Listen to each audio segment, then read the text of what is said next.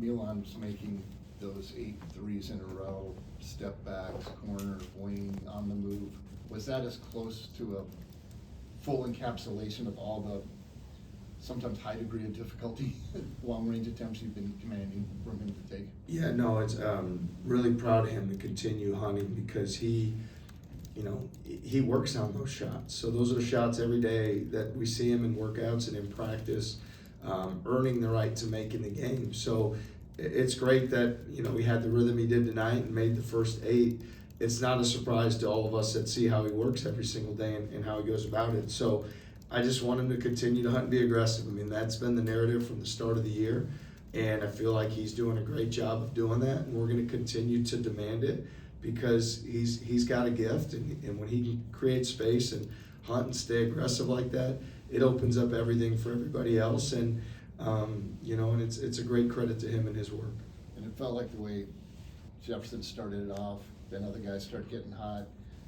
Is this another great indicator of why you have to go do your stuff the way you need to do and things are going to go your way kind of thing? Yeah, and I think specifically with Jefferson, I thought he was a tremendous leader tonight. I think he's always a great player, but I think we didn't start exactly how we would have liked. And Joshua was very intentional about getting to the rim and kind of taking over the game right away and setting an example. And then to have another game with 10 assists and no turnovers just speaks to, his pride, his mental toughness, his skill, his IQ, all those great things. So I was really proud of Joshua tonight, how he set the tone for his teammates. It says a lot about his character. As a coach, what is it like watching your team set 3-point shooting and scoring records? Yeah, I mean, it's great for our guys because the work that they do. I mean, again, we're not necessarily in this to try to break records. We want to play to a standard and play the best we can every possession. It's great to see some of our guys with their confidence get going, shooting the ball the way that they are. So, we'll just continue to do the hard work and play it one possession at a time. But, our guys, again, for the work that they put in, they should feel good about the way that they shared the ball and the way they shot the ball. Now we need to continue to get better doing it. And what can you tell us about Dominic Nelson's injury? Yeah, it was just, in the game against Syracuse, something that, he kind of tweaked it, again, lower body growing, and when we got back, it was a little bit more sore than we thought. Didn't have great, burst or range of motion. So, he'll continue to be evaluated. He's getting workouts in, and when he's ready to be reintegrated, we will do that. But I'd say at this point, he's day to day. It's not lost on me that you coached the leading scorer in college basketball history, 51 points. I think it was his career high or single game high. Where's Milan's performance tonight rank for you in terms of like individual shooting and scoring performances?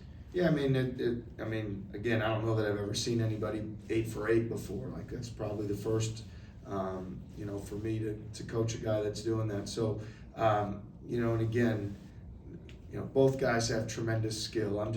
I'm really proud of Milan and how he continues to work and embrace what our team needs for him to do.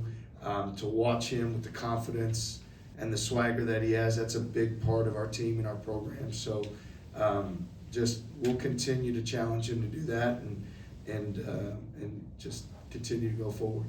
His 3-point shot has gotten so much focus this season, but how much is he able to generate threes and make threes because of his ability to score inside of the arc and inside of the paint with his craft and touch?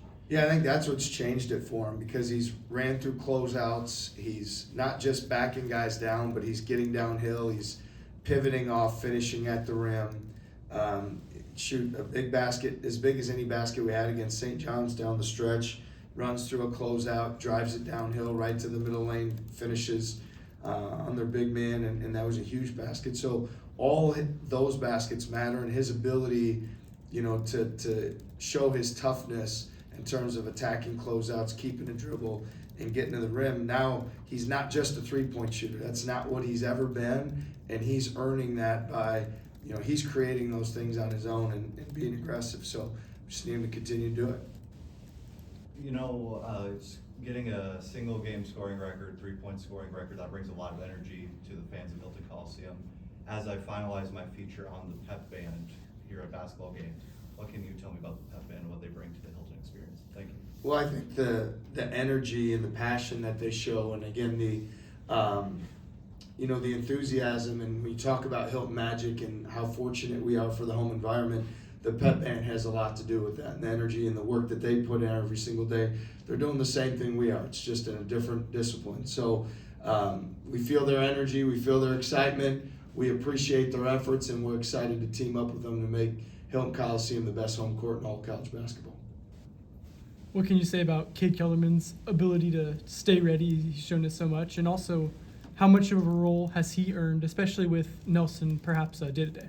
Yeah, no, Cade's he's been a tremendous player for us. Obviously, last year there was many a times he stepped up. Certainly late in the season, we counted on him, and we knew that his opportunity would come, and more opportunities are going to continue to come his way. And so, what I really value and appreciate about Cade, he's an everyday guy. He's a competitor. He's a winner. And when you call his number, he's going to step up for you. And we saw that again here today. So I'm proud of Cade for the man that he is, and that he continues to do that. It's going to serve him well basketball-wise, but it's going to serve him well as a man moving forward. He's a competitor and he's a winner, and we saw that again tonight like we have other times when he's gotten that opportunity.